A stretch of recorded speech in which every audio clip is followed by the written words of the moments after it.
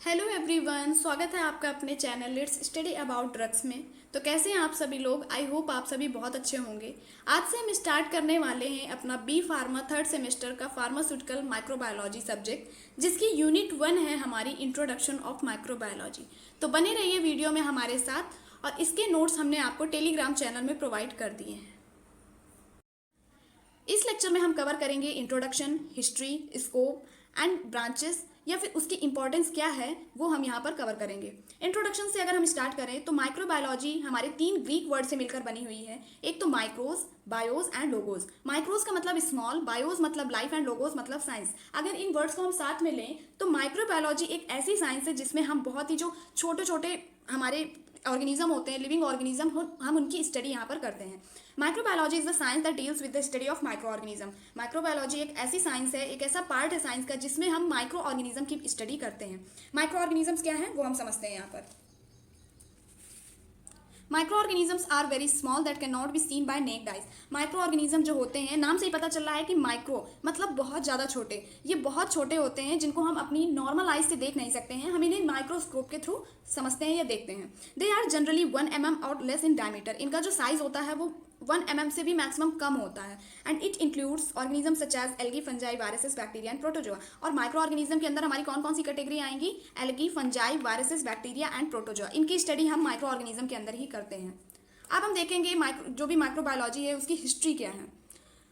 The history of microbiology is divided into 2 stages, discovery stage and modern stage. ठीक है, discovery stage में लगातार discovery हो रही थी और आगे भी होती रही, लेकिन मॉडर्न स्टेज को हम गोल्डन एरा मानते हैं अपनी, क्योंकि उसमें कुछ ऐसी डिस्कवरी हुई है जो कि हमारे डेली लाइफ में बहुत यूजफुल रही हैं, लाइक एंटीबायोटिक का प्रोडक्शन होना, या फिर बहुत सारी ऐसी चीज़ें रहीं जो हमारे डेली लाइफ में बहुत ज़्यादा बेनिफिट प्रोवाइड करती रहीं। ठीक है, डिस्कवरी स्टेज अगर हम कहें तो ये हमारी स्टार्टिंग फेज है रिसर्च की, जब लोगों को कुछ भी पता नहीं था। ये तब की स्टेज है जब लोग मानते थे कि डिजीज जो होती है वो भगवान के द्वारा दिया गया हुआ श्राप है, ना कि कोई लिविंग क्रिएचर इसको कॉज कर रहा है, या फिर बैक्टीरिया, वायरस जैसी कोई चीज़ भी एग्जिस्ट करती है, ये उन लोगों को पता नहीं था।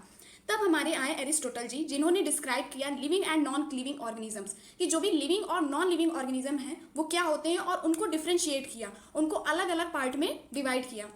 सेकंड हमारे Roger Bacon, describe that disease are caused by living creatures. इन्होंने हमारा डिस्क्राइब किया कि जो भी हमारी डिजीज कॉज हो रही हैं वो लिविंग क्रिएचर्स की वजह से हो रही है। मतलब ये भगवान के द्वारा दिया गया श्राप नहीं है, बल्कि हमारे वर्ल्ड में, हमारे यूनिवर्स में लिविंग क्रिएचर जो छोटे छोटे से माइक्रो ऑर्गेनिज्म, बैक्टीरिया, वायरसेस, इस तरह की चीज़ें प्रेजेंट हैं, उनकी वजह से ये हमारी डिजीज कॉज होती हैं। लेकिन इन्होंने कोई प्रॉपर नेम नहीं दिया, इन्होंने सिर्फ इतना बताया कि जो भी डिजीज कॉज होती हैं वो लिविंग क्रिएचर्स की वजह से होती हैं।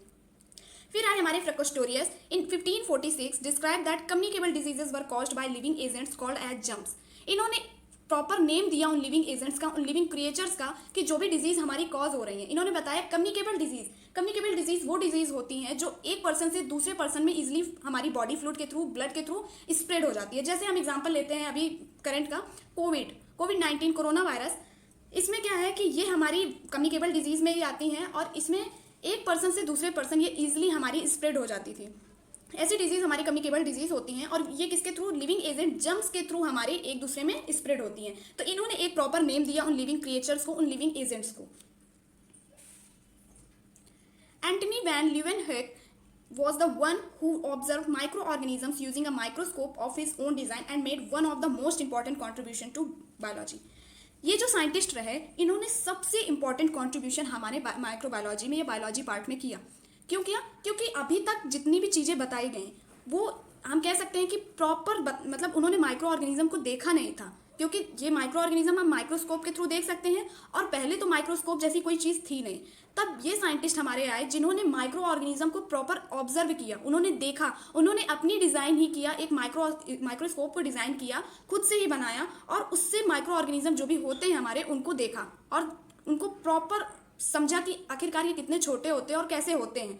ठीक है, तो इनका जो कंट्रीब्यूशन रहा हमारे माइक्रोबायोलॉजी पार्ट में बहुत ज़्यादा रहा, और इन्होंने प्रॉपरली माइक्रो ऑर्गेनिजम्स को ऑब्जर्व भी किया। फिर आए हमारे Robert Hooke in 1665, describe the first report on sale structure. जो भी हम सेल की स्टडी करते हैं तो इसकी सबसे पहले जानकारी, सबसे पहले एक्सप्लेनेशन रॉबर्ट हुक ने दिया, और ये बहुत इंपॉर्टेंट है। ये हमारे क्वेश्चंस जो हैं पूछे भी जाते हैं, हिस्ट्री से 1 या 2 मार्क्स के क्वेश्चन भी आ सकते हैं। ठीक है, तो इनको प्रॉपरली आपको डेट सहित तैयार कर लेना है। अब हमारे साइंटिस्ट आए Lazaro स्प्लैंगनी 1729 to 1799. Described that boiling broth would sterilize and kill any microorganism in it, but if the broth was exposed to the air, new microorganism could settle in a broth. इन्होंने ये समझाया कि जो भी हम मान लो कोई भी हम कंटेनर रख रहे हैं, ठीक है, अगर हम इसमें जब तक हीट प्रोवाइड कर रहे हैं, जब तक हम इसको बॉईल कर रहे हैं, तो हमारे किसी भी टाइप के माइक्रो ऑर्गेनिज्म हो, बैक्टीरिया हो, वो क्या हो जाएंगे, किल हो जाएंगे, मर जाएंगे। लेकिन जैसे ही हम उस ब्रोथ को कहाँ पर रखेंगे, एयर में हम रखेंगे, उसको एक्सपोज कर देंगे एयर में, हम जैसे ही उसको बाहर रखेंगे तो उसमें नए माइक्रो ऑर्गेनिज्म फिर से सेटल हो जाएंगे, मतलब दूसरे ऑर्गेनिज्म हमारे फिर से तैयार हो जाएंगे, फिर से आ जाएंगे। और जैसे ही हम बॉयल करेंगे वो स्टरलाइज हो जाएगा, मतलब वो प्रॉपर क्या हो जाएंगे, जो भी माइक्रो ऑर्गेनिज्म है वो किल हो जाएंगे, मर जाएंगे। अब हम आते हैं मॉडर्न स्टेज में। डिस्कवरी स्टेज तो हमने देख ली, मॉडर्न स्टेज हम इसको मानते हैं गोल्डन एरा। इसमें हमारी ऐसी ऐसी जो भी रिसर्च हुई जो हमारे नॉर्मल डेली लाइफ में बहुत बेनिफिट प्रोवाइड करती हैं। फर्स्ट साइंटिस्ट हैं हमारे Louis Pasteur 1820 to 1895। He is known as the father of medical microbiology. Louis Pasteur को हम मेडिकल माइक्रोबायोलॉजी के फादर भी बोलते हैं, ठीक है। He has coined the term microbiology, aerobic and anaerobic. इन्होंने ये टर्म हमारे डिस्क्राइब किए, सबसे पहले एक्सप्लेन किए और बताए हमें। माइक्रोबायोलॉजी वर्ड यही लाए थे, एरोबिक एंड एनारोबिक। एरोबिक मतलब presence of air and anaerobic मतलब एब्सेंस ऑफ एयर, ठीक है। He was known as the inventor of pasteurisation and fermentation process. ये हमारे पेस्चराइजेशन और फर्मेंटेशन प्रोसेस जैसी चीज़ों के इन्वेंटर भी रहे, इन्होंने ही इन्वेंट की थी। पेस्चराइजेशन क्या है वो हम आगे समझते हैं। पेस्चराइजेशन एक ऐसी प्रोसेस है जिसको लुइस पास्चर ने हमारे इन्वेंट किया। इन्होंने बताया कि अगर हम 30 मिनट के लिए, ठीक है, 62.8 डिग्री सेल्सियस में माइल्ड हीटिंग करते हैं रादर देन किसके, बॉइलिंग। अगर हम बहुत हाई टेम्परेचर में 5-10 मिनट बॉयल कर दें या फिर माइल्ड हीटिंग 62.8 डिग्री सेल्सियस में 30 मिनट के लिए करते हैं तो वो ज़्यादा इफेक्टिव होगा देन किससे, बॉइलिंग से। किसी भी अगर हम पैथोजेनिक ऑर्गेनिज्म को डिस्ट्रॉय करना चाह रहे हैं विदाउट चेंजिंग इट्स टेस्ट, मतलब कोई भी प्रोडक्ट अगर हम तैयार कर रहे हैं तो उसका टेस्ट भी चेंज ना हो और उसका कलर या फिर किसी भी चीज़ में कोई चेंजमेंट ना आए, और उससे बेटर है कि हम माइल्ड हीटिंग कर दें, ठीक है। बॉइलिंग से अच्छा माइल्ड हीटिंग कर दें, कितने टाइम के लिए, 30 मिनट के लिए एट 62.8 डिग्री सेल्सियस में, तो वो पैथोजेनिक ऑर्गेनिज्म को ज़्यादा बेटर तरीके से डिस्ट्रॉय कर सकते हैं without changing the taste of the product. और इसी मेथड को हम पेस्चराइजेशन मेथड भी कहते हैं। सेकंड साइंटिस्ट हमारे मॉडर्न स्टेज के रहे लॉर्ड जोसेफ लिस्टर। इन्हें हम एंटीसेप्टिक सर्जरी के फादर बोलते हैं। और इन्होंने वाउंड, जो भी हमारे मान लो वाउंड का कंटामिनेशन हो जाता है या हमारे कहीं भी वाउंड हो जाता है, ठीक है, कोई घाव हो जाता है, तो वहाँ पर जो भी माइक्रो ऑर्गेनिज्म है वो कैसे इन्फेक्शन फैलाते हैं, उनका वहाँ पर क्या रोल होता है, ये इन्होंने वहाँ पर समझाया।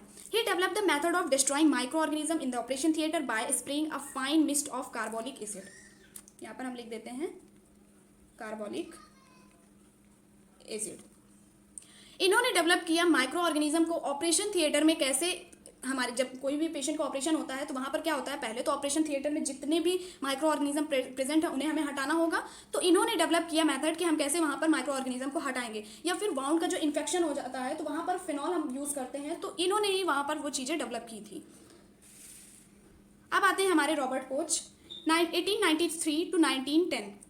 Robert Koch proved the germ theory of disease in 1876। जो रॉबर्ट कोच हैं इन्होंने जर्म थ्योरी के बारे में बताया। जर्म थ्योरी क्या है, इसमें यह बताया कि जो भी डिजीज कॉज होती है वो जर्म्स की वजह से होती है, जो हमारे जर्म्स प्रेजेंट होते हैं उनकी वजह से डिजीज हमारी होती है। और इन्होंने ये थ्योरी 1876 में प्रूव की।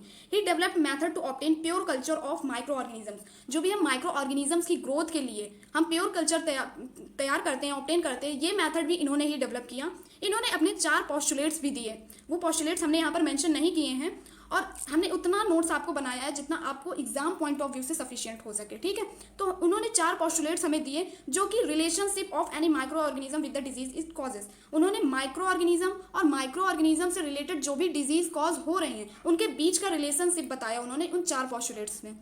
He discovered the positive agents of anthrax, tuberculosis and cholera. इन्होंने एंथ्रैक्स, ट्यूबरकुलोसिस और कॉलरा जैसी जो भी डिजीज हैं इनके पॉजिटिव एजेंट क्या हैं, किसकी वजह से ये डिजीज कॉज हो रही हैं, इसे भी इन्होंने डिस्कवर किया।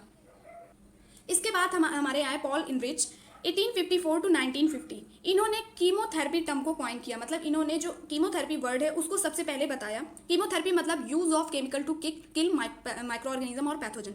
जो भी पैथोजेंस है या फिर माइक्रो ऑर्गेनिज्म है उनको हम कैसे किल कर सकते हैं, केमिकल के थ्रू किल कर सकते हैं। तो ये चीज़ इन्होंने बताई हमें।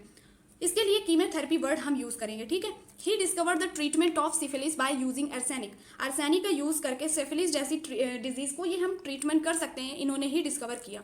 अब आएंगे इसके बाद हमारे एलेक्जेंडर फ्लेमिंग, जिन्होंने पेंसिलिन को हमारे डिस्कवर किया 1928 में, जो कि हमारी हिस्ट्री का बहुत अच्छा कंट्रीब्यूशन रहा और एंटीबायोटिक्स का प्रोडक्शन वहीं से स्टार्ट हुआ था। अब हम समझते हैं scope of microbiology. Scope of microbiology के अंदर हमने जैसे फ्लो चार्ट बनाया है, ट्राई करें कि आप भी ऐसा ही फ्लो चार्ट वहाँ पर एग्जाम पे बना के हैं। इससे क्या होगा कि पेज जल्दी भरेगा। दूसरी चीज़, इस तरह अगर नीट एंड क्लीन आप लिख के आते हैं, एक प्रेजेंटेशन देते हैं, तो इससे एग्जामिनर को भी ज़्यादा अट्रैक्शन होगा आपकी कॉपी के प्रति, ठीक है। तो वो चीज़ भी होगा। दूसरी चीज़, टाइम सेव होगा, इससे पेज भी फिल होगा, टाइम सेव होगा, प्लस आपकी कॉपी बहुत नीट एंड क्लीन अच्छी लगेगी। इससे मार्क्स बढ़ने की चांसेस भी हो जाएंगे, ठीक। तो आपको ऐसे यहाँ पर फ्लो चार्ट करके आना, और जो भी इसके अंदर हम यही सेम चीज़ एक्सप्लेन करेंगे, जो भी आपने स्कोप ऑफ माइक्रोबायोलॉजी की हेडिंग लिख रखी है, इनको जब हम एक्सप्लेन करेंगे तो ये जितनी भी एक्सप्लेनेशन है आपको इंपॉर्टेंस ऑफ माइक्रोबायोलॉजी के अंदर सेम लिख के आनी है, ठीक। तो वहाँ पर आपको प्रॉपर नंबर मिल जाएंगे। अब हम देखते हैं फूड माइक्रोबायोलॉजी। फूड माइक्रोबायोलॉजी मतलब फूड या food industry, food dairy product में जो भी फूड के अंदर हमारे आते हैं, उनके अंदर माइक्रोब्स का क्या यूज़ है। अगर हम डेयरी प्रोडक्ट में बात करें माइक्रोब्स का क्या यूज़ है, तो हम मान लो ये मिल्क ले रहे हैं, मिल्क लेते हैं, मिल्क में एक प्रोटीन प्रेजेंट होता है, कैसीन प्रोटीन, ठीक। ये एक तरह का प्रोटीन है जो कि हमारे मिल्क में पाया जाता है। और अगर इसमें हम लैक्टोबैसिलस ऐड करते हैं, लैक्टोबैसिलस क्या है, एक तरह का माइक्रोब है। ये माइक्रोब इसमें हम ऐड करते हैं, तो ये क्या करता है कि मिल्क में जो भी कैसीन प्रोटीन है इसका ब्रेक डाउन करता है, तो ये एक इरेगुलर फॉर्म में हो जाता है अपने। और यही इरेगुलर फॉर्म क्या होता है, कर्ड होता है। कर्ड का बेनिफिट क्या है, हमारे हेल्थ में कर्ड किस किस चीज़ के लिए यूज़ होता है वो हम देखेंगे। अभी सेम चीज़ आपको स्कोप में बताया, आपको सिर्फ स्कोप में लिख के आना है फूड माइक्रोबायोलॉजी, ठीक है। और इसके अंदर हमने जो भी आपको ये सारी चीज़ें एक्सप्लेन की, क्या क्या इनके बेनिफिट है, क्या इंपॉर्टेंस है, फूड माइक्रोबायोलॉजी के अंदर आपको कैसे पॉइंट्स में लिखना है वो हम आपको यहाँ पर बताते हैं। मान लो आपने पहले पॉइंट डाला, आपने लिख दिया कि एक तो ये हमारे डाइजेशन में इंप्रूवमेंट होता है इससे, ठीक है। हमारा डाइजेशन सिस्टम, जो डाइजेस्टिव सिस्टम है वो इंप्रूव होगा। तो पहला पॉइंट आप ये डाल सकते हो कि ये इंप्रूव करता है डाइजेशन। दूसरी चीज़ आप कर सकते हो कि इससे हमारी इम्यूनिटी भी इंप्रूव होती है, इंप्रूव इम्यून सिस्टम। दूसरी चीज़ इससे क्या होती है, इम्यूनिटी इंप्रूव हो रही है। तीसरी चीज़ इसमें क्या हो रही है, इससे वेट रिडक्शन होता है। अगर हम प्रॉपरली जो भी कर्ड का यूज़ कर रहे हैं तो इससे वेट में रिडक्शन होगा, ठीक। तीसरा पॉइंट आप ये कर सकते हो। चौथा पॉइंट ये कर सकते हो कि अगर मिल्क से रिलेटेड चीज़ें हैं तो आप उससे स्ट्रेंथ किसमें, टीथ और बोन्स में प्रोवाइड कर सकते हो। तो एक बेटर स्ट्रेंथ प्रोवाइड होगी किसको, टीथ को, टीथ एंड बोन्स। पांचवी चीज़ आप कर सकते हो कि हार्ट रिलेटेड जो भी हेल्थ होती है उसको भी हम इम्प्रूव कर सकते हैं इससे। हार्ट रिलेटेड जो भी हेल्थ होती है, ठीक, हम उसे इम्प्रूव कर सकते हैं। तो इस तरह कुछ पॉइंट्स आपको इंपॉर्टेंस ऑफ माइक्रोबायोलॉजी के अंदर कर देने हैं। अब हम समझते हैं जेनेटिक इंजीनियरिंग में इसका क्या यूज है। तो जेनेटिक इंजीनियरिंग में मेनली हमारे इंजाइम्स, हार्मोन्स और इंटरफेरॉन्स की प्रोडक्शन के लिए हमारे जेनेटिक इंजीनियरिंग में माइक्रोब्स का यूज़ होता है, ठीक है। इन तीन चीज़ों की यूज़ के लिए हमारे जेनेटिक इंजीनियरिंग में माइक्रोब्स का यूज़ होता है। अब हम देखेंगे एग्रीकल्चर फील्ड में इसका ये क्या यूज़ है। एग्रीकल्चर फील्ड में सॉइल को इम्प्रूव करने के लिए हम यूज़ करते हैं माइक्रोब्स का। सॉइल की फर्टिलिटी को इंप्रूव करने के लिए, जो भी हम क्रॉप लगा रहे हैं उसकी बेटर प्रोडक्शन के लिए हम इसका यूज़ करते हैं। नाइट्रोजन फिक्सेशन के लिए यूज़ करते हैं। नाइट्रोजन फिक्सेशन क्या है वो हम समझते हैं। मान लो ये हमारे लेग्यूमिनस प्लांट्स हैं, जैसे हमने कोई पी प्लांट ले लिया, पी समझते हो ना, मटर, ठीक है। पी प्लांट ले लिया, इसकी रूट में हमारा क्या होता है, नाइट्रोजन फिक्सिंग होती है। तो ये नाइट्रोजन फिक्सिंग कौन करता है, राइजोबियम बैक्टीरिया करते हैं, ठीक है। ये जो नाइट्रोजन फिक्सिंग का काम है ये राइजोबियम बैक्टीरिया करते हैं। और ये हेल्प करते हैं, जब ये रूट में नाइट्रोजन फिक्सिंग करते हैं तो ये हेल्प करते हैं कि बेटर प्रोडक्शन हो, बेटर ग्रोथ हो प्लांट की। इसके अलावा जो भी हम यूज़ करते हैं माइक्रोब्स का, वो बायोपेस्टिसाइड की तरह यूज़ करते हैं। तो अपने पेस्ट को कंट्रोल करने के लिए हम वहाँ पर माइक्रोब्स का यूज़ करते हैं। तो ये कुछ हमारे जो पॉइंट्स हो गए, ये हमारे एग्रीकल्चर के अंदर आएंगे। अब हम बात करते हैं इसकी वैक्सीन, इम्यूनोलॉजी, इंडस्ट्री, इन सब के अंदर इनका क्या क्या यूज़ है। इंडस्ट्री के अंदर अगर हम इसका यूज़ देखें तो जैसे फूड और बेवरेजेस इंडस्ट्री हैं, वहाँ पर क्या होता है कि यीस्ट जैसे जो भी हमारे माइक्रोब्स होते हैं उनका यूज़ करते हैं हम। जैसे अगर हमको अल्कोहल का प्रोडक्शन करना है तो वहाँ पर क्या हो, फर्मेंटेशन प्रोसेस के थ्रू हम अल्कोहल का प्रोडक्शन करते हैं, तो वहाँ पर हम यीस्ट जैसे माइक्रोब्स का यूज़ करते हैं, ठीक है। और इंडस्ट्री में जैसे मान लो पॉल्यूशन हो गया, ठीक, उसमें क्या होता है जब मशीन चलती है तो उससे कुछ धुआं भी निकलता है, तो उसके सफाई के लिए, उसके क्लीनअप के लिए हम क्या यूज़ करते हैं, माइक्रोब्स का, कुछ माइक्रोब्स का यूज़ करते हैं।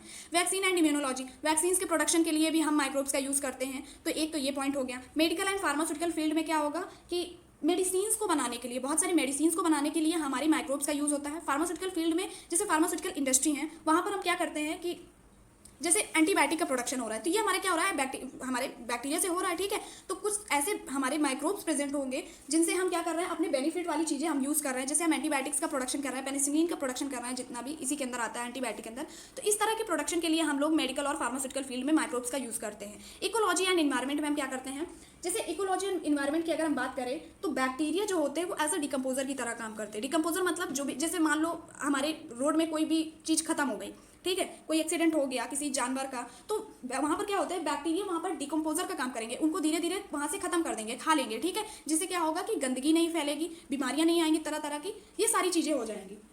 एज अ बायोपेस्टिसाइड भी यूज़ करते हैं। बायोपेस्टिसाइड अगर हम माइक्रोब्स का यूज़ कर रहे हैं केमिकल की जगह पर, तो वहाँ पर क्या होगा, जो भी केमिकल का यूज़ करते हैं तो इससे क्या होगा, हमारा जो इन्वायरमेंट है वो थोड़ा खराब हो जाता है, ठीक। अगर हम वहाँ पर माइक्रोब्स का यूज़ करते हैं बायोपेस्टिसाइड की तरह, जो पेस्ट को कंट्रोल करते हैं, तो वो हमारे लिए बेनिफिट होगा, हमारी हेल्थ के लिए भी बेनिफिट होगा।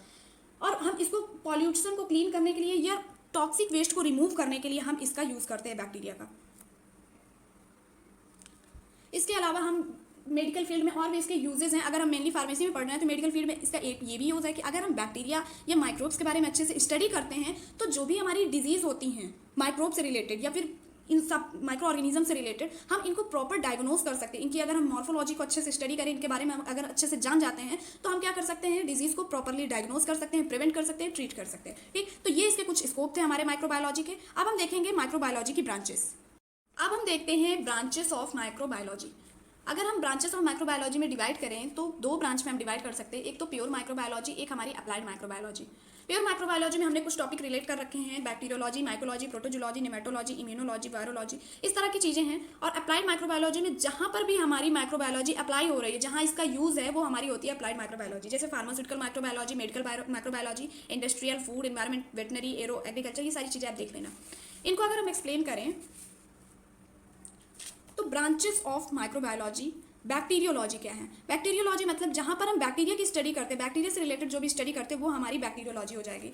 सेकंड हमारी आ जाएगी फंजाई की स्टडी, जहाँ पर हम करते हैं वो माइकोलॉजी। प्रोटोजोलॉजी में हम प्रोटोजोआ की स्टडी करते हैं। निमेटोलॉजी में निमेटोड्स की स्टडी करते हैं। इम्यूनोजोलॉजी में हम इम्यून सिस्टम की स्टडी करते हैं। वायरोलॉजी में वायरसेस की स्टडी। फाइकोलॉजी या एल्गोलॉजी भी इसे हम बोलते हैं, इसमें हम एल्गी की स्टडी करेंगे। और पैरासाइटोलॉजी में हम पैरासाइट्स की स्टडी करेंगे। तो आप इसी तरह से प्रॉपर एक चार्ट बनाकर वहाँ पर कर सकते हो एग्जाम में, ठीक। अब हम आगे देखते हैं अप्लाइड माइक्रोबायोलॉजी। अप्लाइड माइक्रोबायोलॉजी में अगर हम बात करें फार्मास्यूटिकल माइक्रोबायोलॉजी, तो ये एक ऐसी टाइप की माइक्रोबायोलॉजी है, इसमें हम स्टडी करेंगे माइक्रो ऑर्गेनिज्म जो हमारे ड्रग से रिलेटेड, अगर हम माइक्रोब्स की स्टडी कर रहे हैं, जैसे मतलब फार्मास्यूटिकल का मतलब क्या है, जो भी ड्रग से रिलेटेड स्टडी करते हैं वो हमारे फार्मास्यूटिकल में आता है। माइक्रोबायोलॉजी मतलब जिसमें हम स्टडी करते हैं लिविंग ऑर्गेनिज्म, जो स्मॉल ऑर्गेनिज्म होते हैं, माइक्रो ऑर्गेनिज्म, उनकी स्टडी करते हैं वो हमारी माइक्रोबायोलॉजी। तो अगर ड्रग से रिलेटेड जहाँ भी माइक्रो ऑर्गेनिज्म की स्टडी करते हैं तो वो हमारी हो जाएगी फार्मास्यूटिकल माइक्रोबायोलॉजी। जैसे एंटीबायोटिक, वैक्सीन, विटामिन और अदर फार्मास्यूटिकल प्रोडक्ट से रिलेटेड जितनी भी हम माइक्रो ऑर्गेनिज्म की स्टडी करते हैं वो हमारी आ जाती है फार्मास्यूटिकल माइक्रोबायोलॉजी के अंदर। मेडिकल माइक्रोबायोलॉजी क्या है, जिसमें हम स्टडी करेंगे पैथोजेनिक माइक्रोब्स की, जो कि ह्यूमन इलनेस के लिए हमारे रिस्पॉन्सिबल है। जो भी हमारी ह्यूमंस की बीमारियों के लिए जो भी हमारे माइक्रोब्स रिस्पॉन्सिबल हैं, उसकी स्टडी हम मेडिकल माइक्रोबायोलॉजी के अंदर करते हैं। इंडस्ट्रियल माइक्रोबायोलॉजी में हम स्टडी करते हैं ऐसे माइक्रोब्स की जो इंडस्ट्रियल प्रोसेस में यूज़ होते हैं, जैसे इंडस्ट्रियल फर्मेंटेशन, जैसे जो भी हमारे अल्कोहल या बेवरेजेस इंडस्ट्री हैं वहाँ पर जो हम स्टडी करते हैं माइक्रोब्स की, वो हमारी इंडस्ट्रियल माइक्रोबायोलॉजी होती है। फूड माइक्रोबायोलॉजी क्या होती है, हम जो भी माइक्रोबायोलॉजी का यूज़ फूड बॉर्न इलनेस या फूड स्पॉइलेज या फूड से रिलेटेड किसी भी चीज़ में हम माइक्रोब्स की स्टडी करते हैं, वो हमारी माइक्रो ऑर्गेनिज्म की स्टडी फूड माइक्रोबायोलॉजी होगी। इन्वायरमेंटल माइक्रोबायोलॉजी क्या होती है, जो भी माइक्रो ऑर्गेनिजम्स हमारे इन्वायरमेंट में प्रेजेंट हैं, जैसे नेचर में या आर्टिफिशियल जगह पे हमारे, मतलब जो भी हमारे आर्टिफिशियल नेचुरल इन्वायरमेंट में जो भी माइक्रो ऑर्गेनिज्म की स्टडी करना है वो हमारी हो जाएगी इन्वायरमेंटल माइक्रोबायोलॉजी। वेटनरी हमारी माइक्रोबायोलॉजी क्या होती है, एनिमल्स से रिलेटेड जो भी हम माइक्रोब्स की स्टडी कर रहे हैं, मान लो एनिमल्स में जो भी इन्फेक्शंस होते हैं या फिर वेटनरी की मेडिसिन में जो भी यूज़ है माइक्रोब्स का, उसकी स्टडी करना हमारा क्या होता है, वेटनरी माइक्रोबायोलॉजी।